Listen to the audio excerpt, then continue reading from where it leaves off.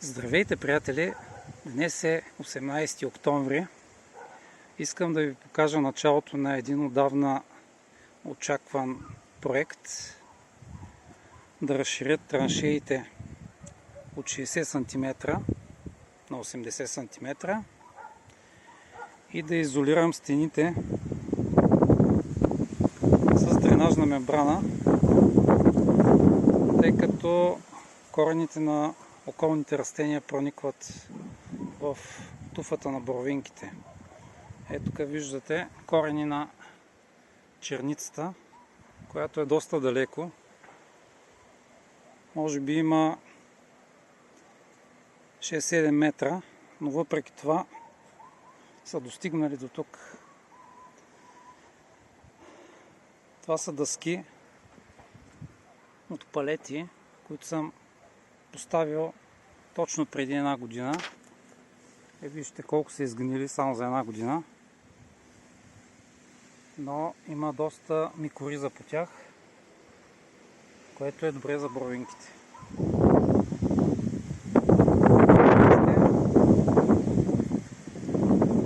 Субстрата, който пак ще използвам,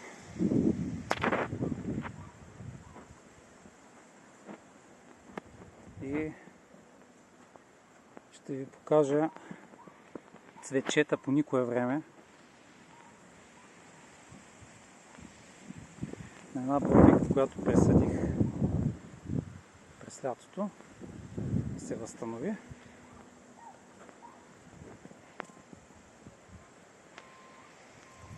Това е.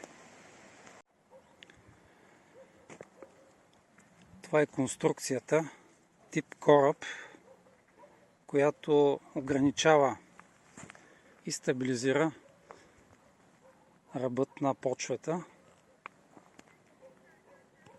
Елементарна е, от кофражни дъски. И след това следва поставянето на дренажната мембрана. Това е дренажната мембрана. Ето как съм я закрепил с такер.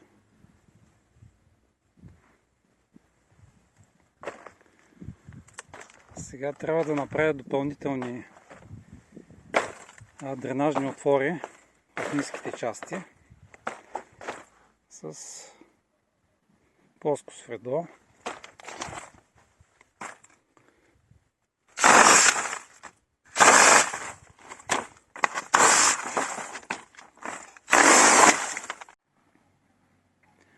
Поставих дренажа, който е съставен от около 10 см шишарки, борови клонки и стар дървен материал.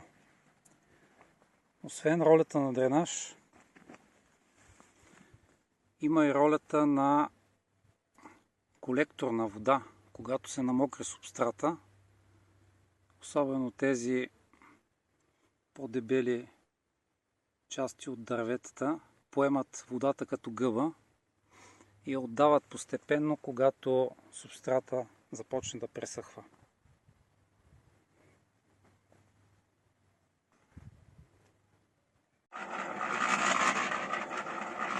Така смесвам почвеният субстрат.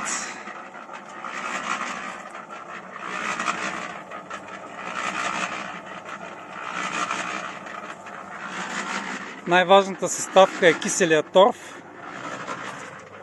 Той е с pH 3,9.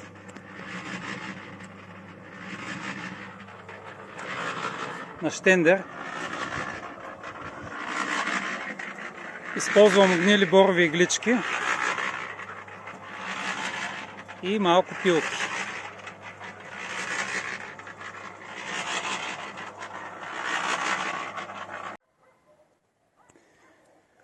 Ето това се получи.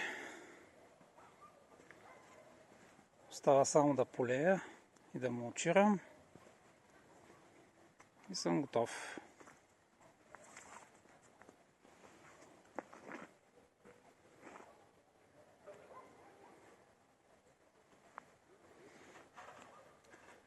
Остават ми още 6 такива кораба.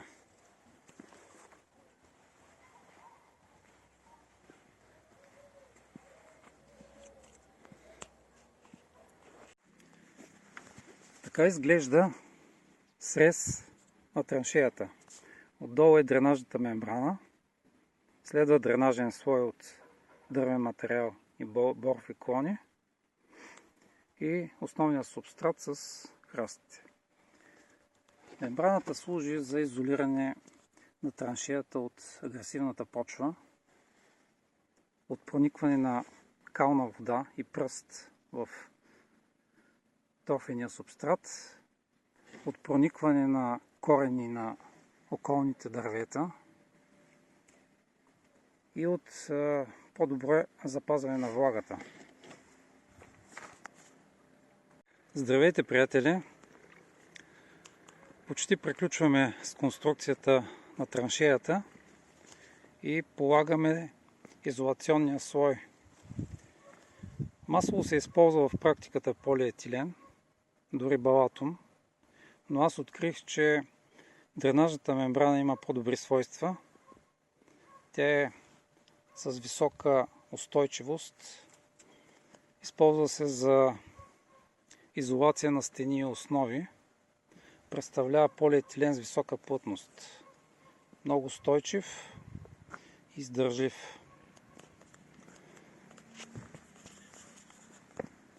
Така, прикрепяме с стакер, скоби и след това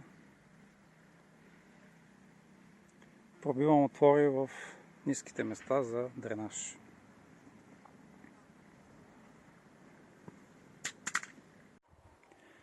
Искам да ви покажа колко е голяма туфата на един 5 годишен храст. –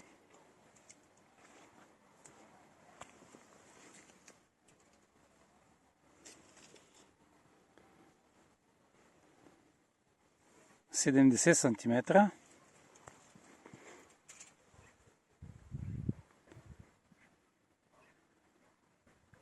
на 35 см. Така че трябва да предвидите доста място. Искам да ви покажа туфата на боровинка Тивбу. Това е южна боровинка.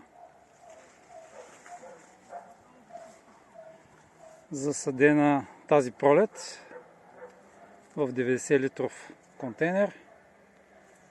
Виждате, че корените напълно са обхванали целия обем на сада.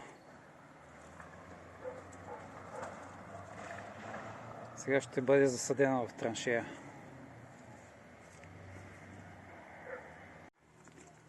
Поставихме мулча от борова дървесина, кора,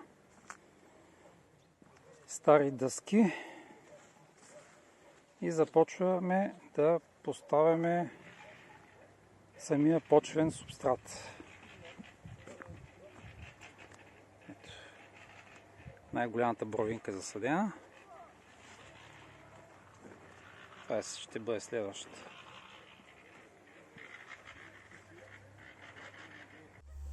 През 2017 направих първата траншея според знанията ми тогава. За съжаление, боровинките не се развиваха добре. Затова анализирах недостатъците и създадох новата подобрена версия или траншея 2020. Старата траншея беше много тясна и плитка. Нямаше изолация на стените и дренаж. Почвеният субстрат беше предимно от огнили борови иглички с малко кисел торф, пясък, перлит и околната почва.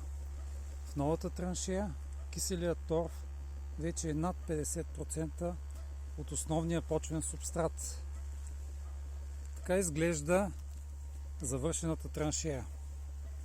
Боровинките са засадени и мулчирани. Даже 2 пъти ги валя сняг. Последните няколко храста ги засадих в началото на декември. Така че ще имат достатъчно време да се адаптират и да стартират развитието си, без проблеми през пролета. Равносметката е повече от месец работа, 6 кубически метра изкопана и изнесена пръст. Съответно толкова специален почвен субстрат, който е донесен, смесен и композиран на пластове. Засадени са 20 храста боровинки, повечето от тях пресадени от старата траншея. Направената по този начин траншея би трябвало да е веднъж за винаги. Останалите грижи са много по-леки и приятни. Благодаря ви, че изгледахте това видео. Пожелавам ви успехи при отглеждането на боровинките и до нови срещи!